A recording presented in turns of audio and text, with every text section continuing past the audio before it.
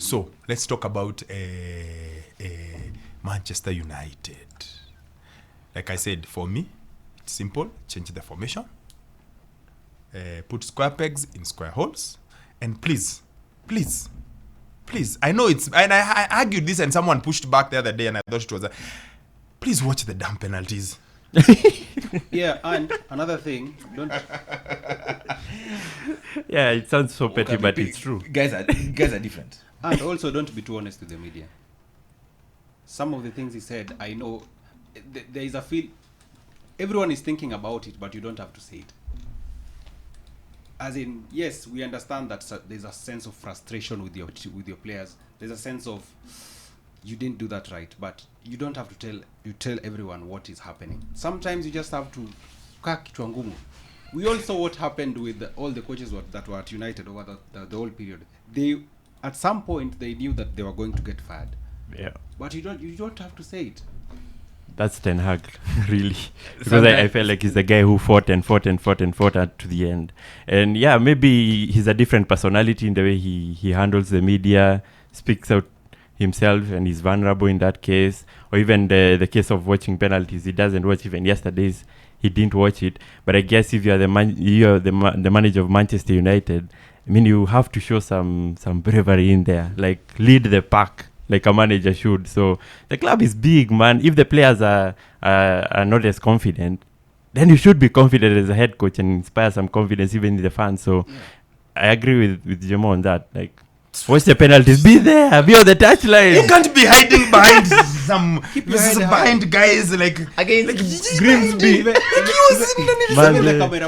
I know people are going to tell me, how many often did Jurgen Klopp watch penalties? Not too often. But the one against the... Yeah, and he watched some of them. Yeah, and most times he was on the touchline. He was just there waiting to watch it. But Amorim, like yesterday, feet up on the bench, looking on the opposite side. And he says that he wanted to see whether the fans are going to celebrate. No, I don't know. It just doesn't sound no, right. He's under pressure. He's a man under pressure. And he needs everything to work for him. But he needs to fight. He's moving things versus Grimsby. He's moving things. Come on, moving. The board. Yeah, the Grimsby. Just get in and play. Wow. Just play on the front foot. Like, you are better. You are fitter. You are more talented. Just play. Simple. Clearly, these guys cannot understand this 3, 4, 2, 1 but thing. Clearly, leave it. But it clearly shows that the players don't want to play for the coach. Or his system is just too complicated. Against I don't think Grimsby. Yeah. Okay. I never watched any preseason game. And of course, all this hype you've gotten about Manchester United came from Manchester fans after watching their team in the preseason. Yes. So, Sammy, from the preseason, did you see things working? Yeah, sure. You saw things I working? saw things working. And why do you think things are not working? Despite the fact in the first game, you were head over heels. Yeah. Oh, we played well despite we lost. Yeah. Well, I think first of all, we were better in the preseason. We beat Bournemouth 4-1, by the way, and this is a very different Bournemouth side that I'm seeing right now. So maybe that says about the strength of opposition that we had in the preseason, including Everton. We played Everton then, and the Everton right now is completely different. So maybe we read so much about playing against teams that aren't as strong as they are right now. I think we started off well against Arsenal in that performance. I think if things were going to go well, we could have scored goals and probably won that game, but we didn't. And going to the Fulham game, we played well for a half. And after that, things fell off. And yesterday I read a tactical piece on how things unraveled on that day. And I feel like managers have already figured out what Amorim is all about, how he fills up his players, how he wants to attack from the wing. Out and he hasn't even started winning. Because, and I think... But because he's sticking with it, it's easy to do it. Yes, the main reason for that is it's a very static system. Yeah. It's very static. BBC had a really nice article about it yesterday or day before yesterday. Yeah. It's very static. It involves things moving in particular ways. Order, and he doesn't like change at all. And the easiest thing, and that is what we've seen most teams do, is like what Grimsby did. They just man-marked everyone. Yeah. They went one on one. So when you do that whole, let's overload, I don't know, that thing does not work. It goes out of the window. Plus, I think there are some natural faults, for example, of a back 3. Yeah. Back 3 has to be done. The only person I think who does back 3 so well was Conte. Yeah. The back 3, like yesterday, that ball for Foster, I feel like if there are 2 defenders, I think they defend it better when there are 3. Yes. I just feel it. Yes. So I just feel like he's too and someone is asking me, Wakabi, how is playing 4-3-3 or 4-2-3-1 solve the fact we have a below average keeper, Dalo who cannot defend, Casemiro whose legs are gone, not forgetting Ugarte. Now, this is why I said, if you change the system first, you don't buy 2 10s when you already have a 10. Yeah. Sure. Okay? Yes. The first, like you should have started with basics. So, basic number 1, we need another 10. Okay, so we get Cunha. Yeah. Can play as a 10, can play as a 9, can whatever. But what are you doing at the back? Yeah. At the back, you knew. You have good the center backs you can bambanya na kina Ugarte and Yoro. De Ligt, Yoro, Maguire, Lisandro, you can bambanya. Left back, this Dogu fella can run up and down. And he's changed that position for 3 times now in a row. Yesterday, Then on Dalo the right, started. yeah, then on the right you can have Dalo or you can have Mazrui or okay, something. And generally, But here's the thing. just a minute. And generally, for United, this thing happens even in football. When you are a goal up, then you make a sub from an offensive player to a defensive kind of player. Unconsciously, your team will sit back. They will try to sit back and defend. So you absorb pressure. Look at the game that United drew against Fulham. They were a goal up, and then the subs that were made. Unconsciously, the player, once I see Sammy coming in and he's a defender, I know that the coach wants us to defend, and that attracts pressure for us. And remember, they don't have holding midfielders who can move with the ball properly, because Fernandes is playing in as an 8 and he's not an 8. He doesn't know how to carry the ball properly from the 8 position, from the defensive position to the attacking position. So, in general, United in the final ends of the game attract so much pressure and their centre backs are not experienced enough. So, that really messes up this team, because a back 3 doesn't work as well as a back 4. But here's the thing. Can we put all the blame on Amorim, or Yes. the technical director and sporting director also have to show This one is on him. Because this is on him. Yeah. They gave him what he wanted. him the tools. They got him. He said he wants 2 10s. They gave him 2 10s. Okay. He wanted a striker. He wanted a striker. They've given him. They've given him players that fit in a 3-4 whatever that thing is. Yeah. He's the one who cannot find a way. Who cannot find a way for Kobe Mainoo to play? A guy who people say one of the best talents to come out of that academy in years. Who is unable to play him? Who is unable to make anything out of Garnacho? Yeah. Who is unable to make who's unable to get Sesko his Mamafua quickly enough so that he can play? Who? It's him. It's the coach. He's been given the tools. How effective was Ahmad last season? When everyone was going at me telling me Ahmad is the greatest thing in the world. Where was he playing? in that 10. That funny 10. Where is he playing now? as wing back. As a wing back. So what are you doing? No, hold on. So what are you doing? I totally understand that. So you've taken some of the best things from last season, which at least were working for you. They've become worse. You sat down and looked at your lineup and thought, I want 2 10s so that I can fix. I already have one of the best 10s in the league, but I want 2 more.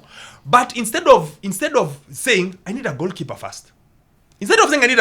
So you wanted the 2 10s. And I even have a fight with Mbeumo as a supposed 10.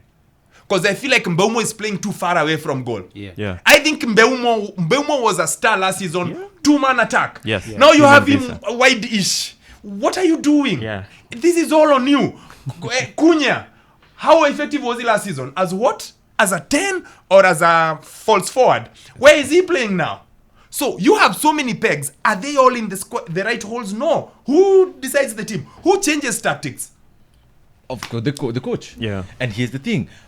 For the technical director and the sporting director, when you're looking at your coach's preferred transfers in for the team, aren't you questioning some of these transfers? Because when you look at the balance of the team, every Tom, Dick and Harry knows that United need a goalkeeper. United need a centre back. United need a number 8. I don't think they need a centre back. This is the thing. I don't think they need a centre back. The people they have there, wanaweza shikilia. Okay, so between De Ligt, Maguire, Lisandro, Lenioro, and you can find a you can hold on and look show you can find something, because you can't always buy. The solution cannot always to buy. So you can find a solution between those ones. The only reason why I said buy is because they are not dependable. No, that's what. But here's the thing. In terms of injuries. No, but here's the thing. You can't buy the whole lineup. Of So that's why I'm saying. So I'm even removing him from buying a centre back. I'm saying it's okay, but the goalkeeper. See? And number 8. I don't think they need an 8. You I think don't so? think so. No. Number 8, number 6, there, I think No. they needed one. No. Listen, the money he spent last year on Ugarte, the money they spent on Casemiro, they And why is Casemiro still in the team? because as a sitting guy, he sits, he does the job well. Yeah. That's why I said the key thing for me and United is change the formation.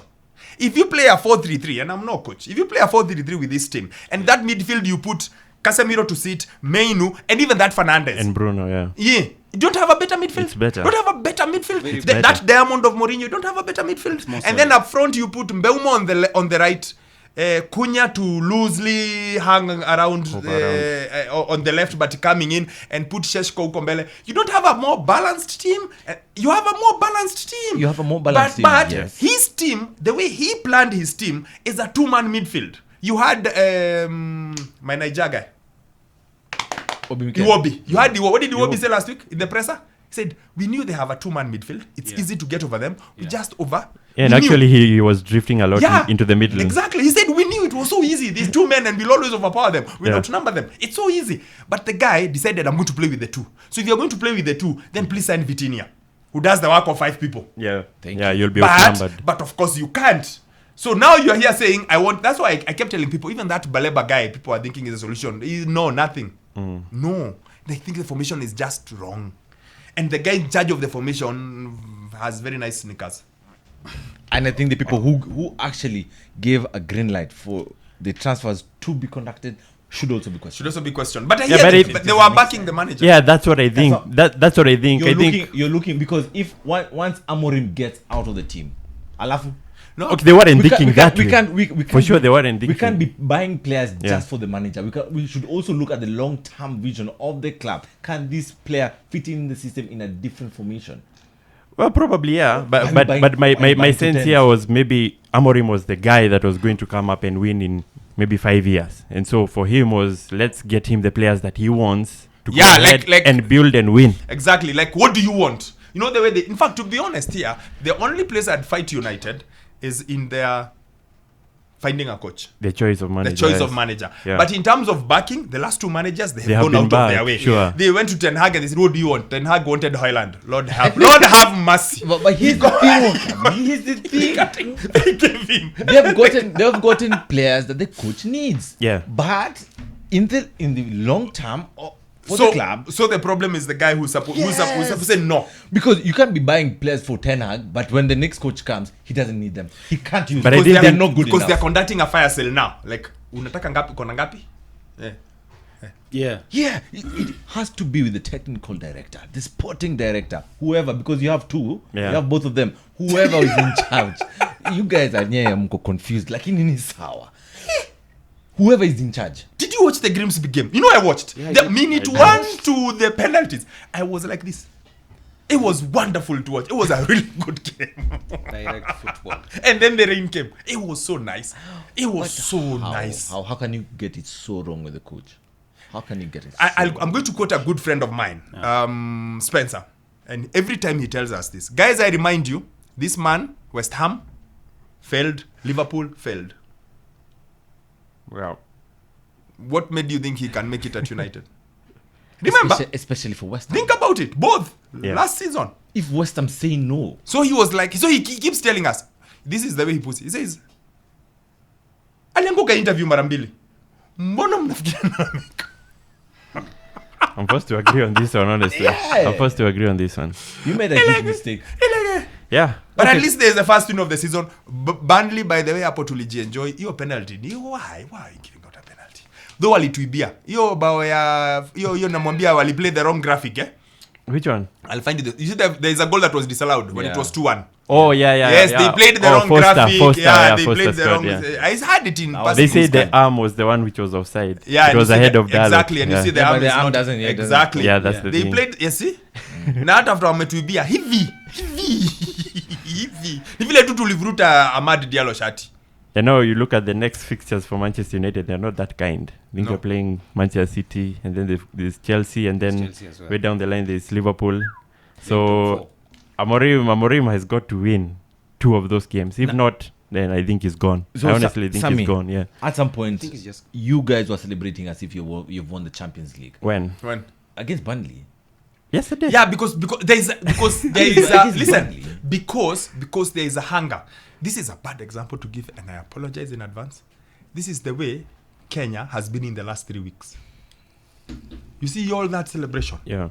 Yes, when the celebration comes around and you ask yourself, what are we celebrating? It's Chan. Okay, it's not AFCON. Yes. This Morocco team that has won, he lost how many players before Chan? 15. But still came and did that. Okay. You see, it's the same kind of thing. So at that point, you really need something to hold on. So United really need something to hold on. Something, win. anything, anywhere. Come on. So you can't fault the people. I wasn't even in that camp honestly yesterday. That was not a convincing performance. Against Burnley. That was not a convincing That's performance. the way people are. Burnley. Hapo ndio tuko. Unajua hapo ndipo tuko. Burnley. Hapo ndio tuko. Promoted Hapo ndipo watu Burnley. wako. Yes, hapo. at Sile that Burnley ya level. Sean Dyche qualify for Europe. No, ni hapo ndipo mambo iko. Hapo. Scott Parker's. In fact, and I actually was hoping someone would bring this up. And again, you must give credit to that man. People can say all they want, but that team goes how Bruno Fernandes goes. He plays well. He is